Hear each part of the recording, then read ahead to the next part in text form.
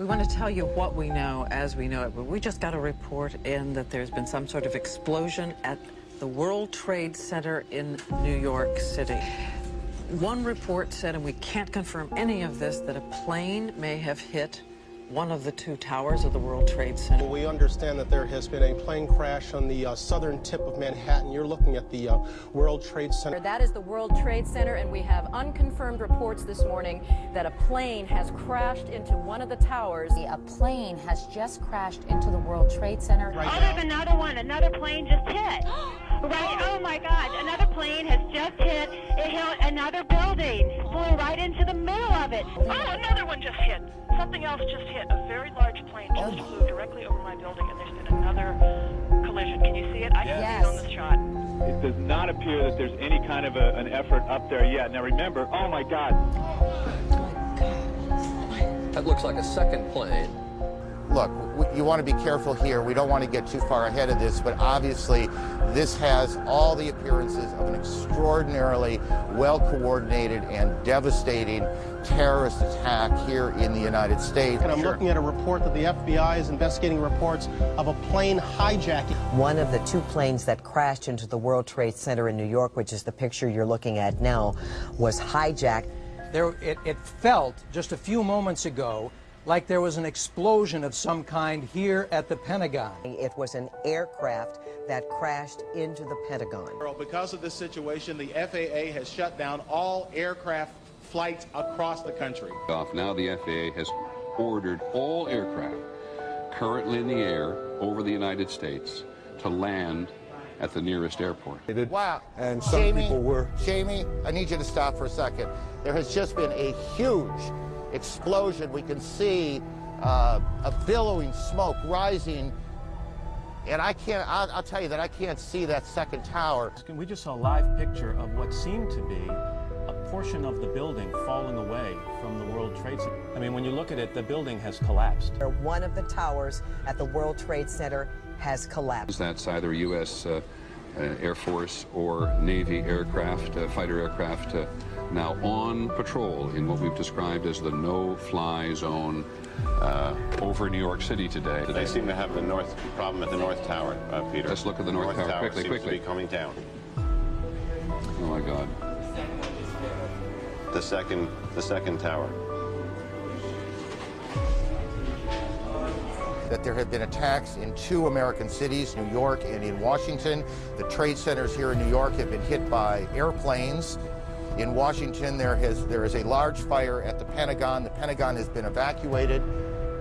And there's, you can see, perhaps the second tower, the front tower, the top portion of which is collapsing. Good Lord.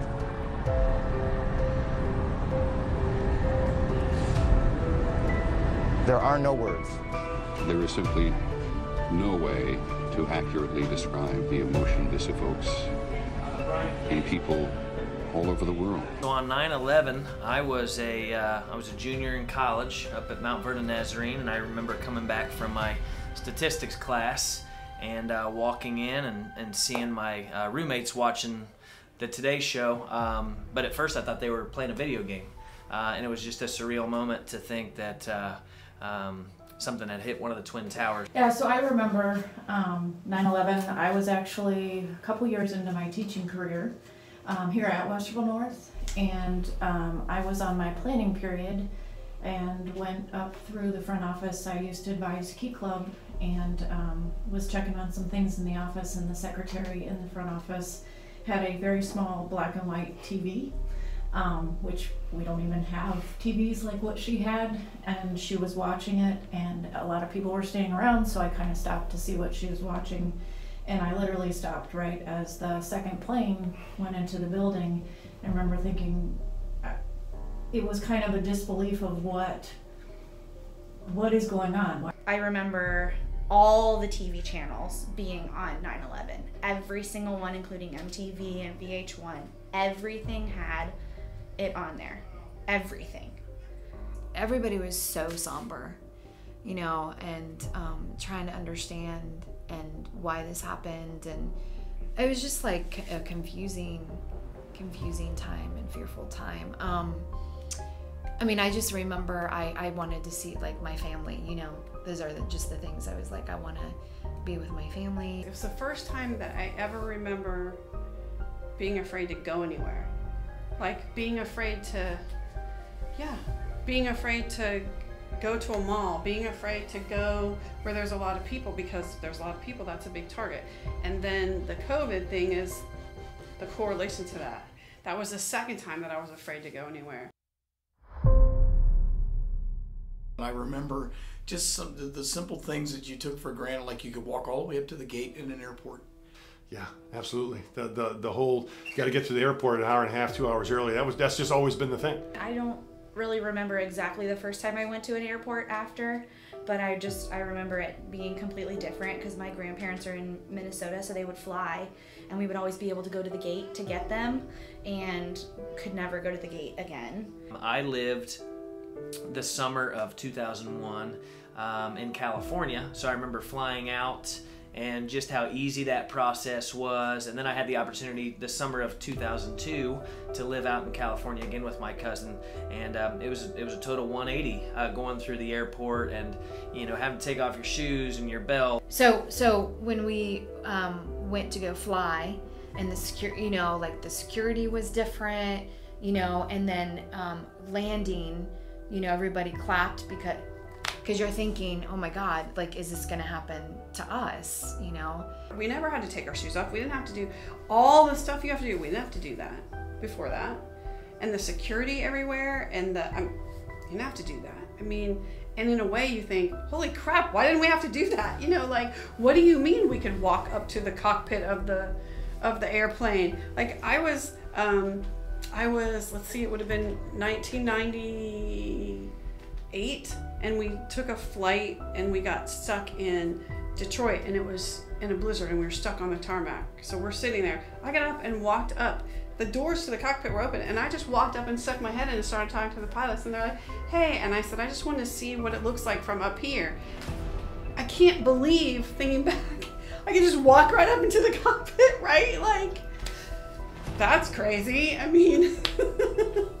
I lived pretty close to an airport growing up, Akron, Canton, and there's always planes and jets, and obviously coming over, and there was nothing in the sky. That was a little weird, especially once they pointed it out and you knew. And it's hard to imagine this if you didn't experience it, how quiet the skies were that day, as there were no planes. And I worked at Linden McKinley, and Linden McKinley was right in the flight path. I taught in classroom 203, and I taught algebra, and then became an assistant principal there. And when I was teaching, I had to stop teaching to wait for the planes to pass over, and there was nothing. I remember when they called all the airplanes down and how just surreal that was. Nothing was in the air. No one was flying, and thinking to events even later, like with COVID happening, the fear of flying. Then I can remember leaving school, and we couldn't get out of the parking lot for probably about an hour because the gas station just down the street was so backed up with people trying to get extra gas. I remember that evening being out and needing to get gas, and people thought the world was ending, so gas stations were absolutely overrun, and I was pretty much on E. Just the way it works out, I guess. In Urbana, and driving through a small town, and there being 30 cars lined up at the gas station, right? There was this rumor of now that there's going to be a gas shortage now because of what's going on. So I think there was just a lot of unknown, and people kind of took it and ran with it. I do remember that there was an immediate concern. In fact, down the street at one of the little local gas stations, I remember coming home the day of, and gas was $17 a gallon, and everyone's like, "Wait, whoa!" And it was this locally owned. It's the BP or the Shell station on the corner there of Walnut and Sunbury Road, and $17. You kidding me? And so I'm thinking, do I pull in and get gas now? So it was a quick example of price gouging, and that guy got in big trouble. You can't do those things. We had a sense of American and I don't want people to misunderstand this, but American superiority, and also with that there was innocence, because we were the leader around the world and we could do whatever we wanted to for the most part. And then for something like this to happen, it shattered that sense of innocence and superiority. America as the force for good in the world and all that kind of stuff, which is very important, but we also knew that that we were no longer, it wasn't that way anymore. I mean, we became very vulnerable. So I remember there being lots of American flags and a lot of patriotism after 9/11. I remember lots of people, like everyone came together, like the country, there was no dividing lines. Everybody was for the same thing, and that was to be America, to be all one, fighting for the same thing. I remember doing like artwork, patriotic artwork, which my family's not really like that. We're not like a military family or anything. It's all small business folk in my family. So patriotic artwork was definitely a thing, and I don't remember if it was like a contest or an actual assignment, but like everyone was doing patriotic artwork. Coming together? Yes, I do remember that. Yes, and kind of like really looking at what do we believe, like, you know, a lot of prayer, a lot of like looking at your spiritual life and looking at, yeah, coming together, loving each other. Yeah, I do remember that. And it was, people were compelled to do nice things for people. More compassion, right? Definitely more compassion to each other. Yeah, there was definitely a coming together. But it was a lot of unity in the country. Everything kind of stopped, and it was more a focus on almost family and closeness of friends and loved ones, and it was a stop to really think about, you know, how can we be kind to others, and how can we show compassion and caring for others after this event.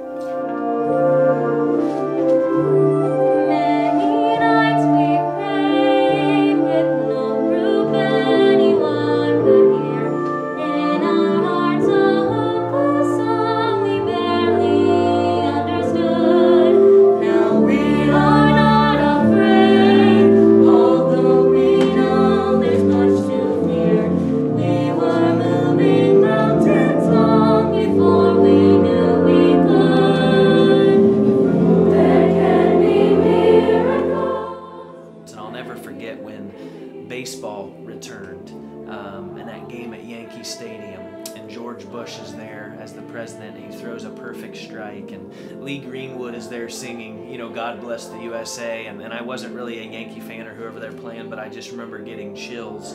And then the New York Mets catcher, Mike Piazza, who had been so outspoken in his support for the firefighters who had lost their lives and ran into the Twin Towers, and he hits a home run in their first game back. So I just remember how much, you know, sports really uplifted, and there was just so much enthusiasm, and it was just kind of this patriotic rush, you know, through things like that. And now I'm standing here with heart so full I can't explain, seeking faith and speaking words I never thought I'd say.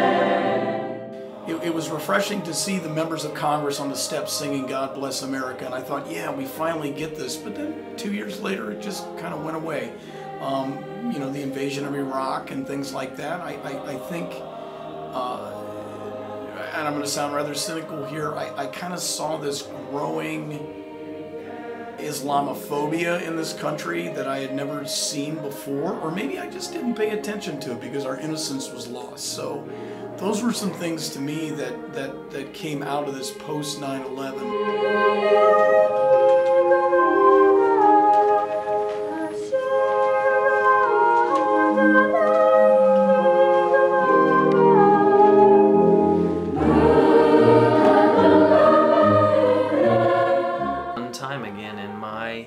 Lifetime where everyone came together no matter what. There wasn't a whole lot of people saying, I'm not going to help, right? And so you see the divide that we currently live with politically, or with COVID, and it's difficult for folks who weren't here on 9/11 to think.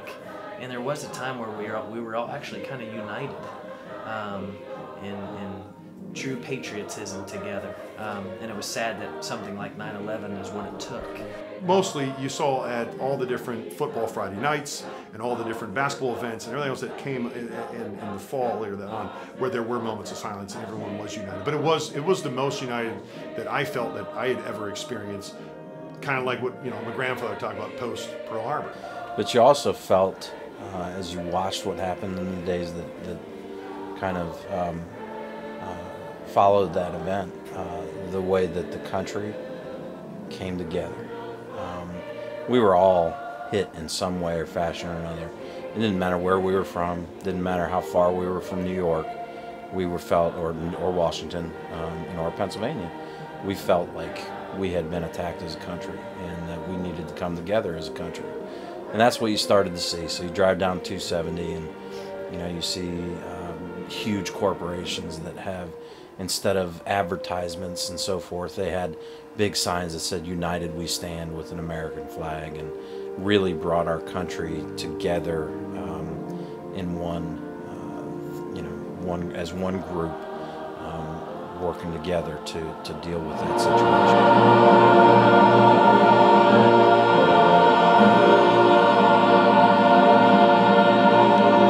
We were so unified. The country was so unified. Everybody had American pride. Everybody's like, we're going to take care of this. Everything's going to be okay. And in the school, we had a lot of pride. And, everybody was wearing their red, white, and blue. And kids, different clubs were making little pins. And it felt like we were all one thing unified, where right now, culturally, we are so not unified.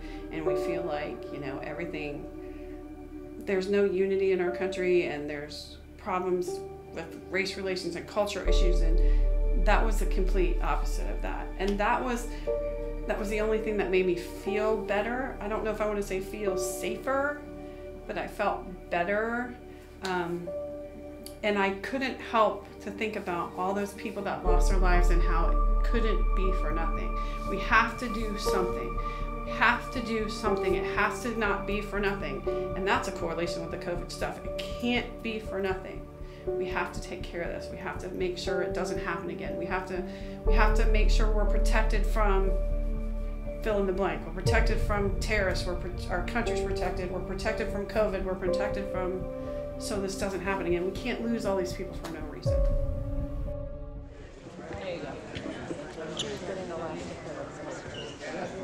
you go. Let's clear frame, guys. Can't see nothing in front of me. Can't see nothing coming. There once was a place where our differences did not matter. Where strangers stood shoulder to shoulder with outstretched arms and an urge to help. Where neighbors showed up for neighbors and everyone was our brother or sister. Connected by nothing more than wanting to do good. Where everyday people dropped everything to pitch in. To be a frontliner, a rescuer. A hero when it mattered most, no questions asked. To get back to that place, all we need to do is remember the 11th of September. 9/11 was a tragedy of unspeakable pain. But it was also a moment of togetherness. And a reminder of what we have in common. A time when people were willing to give whatever they could. Even at the risk of their own well-being. A moment of compassion, when we all felt more alike than different. Because in that moment, we were in a state of unitedness. 9/11 proved we're not really divided. Not when it truly matters. So to honor the 20-year remembrance of 9/11 and those lost, let's once again take a moment. A moment to do a good deed this September 11th. Done by me, you, us, and millions more. Dona tu tiempo. Dona un abrigo de invierno. or just hold open a door. That kind of thing. Deeds big and small, that would be a start. Let's get back to that state of unitedness. And let's never forget what we're capable of doing together.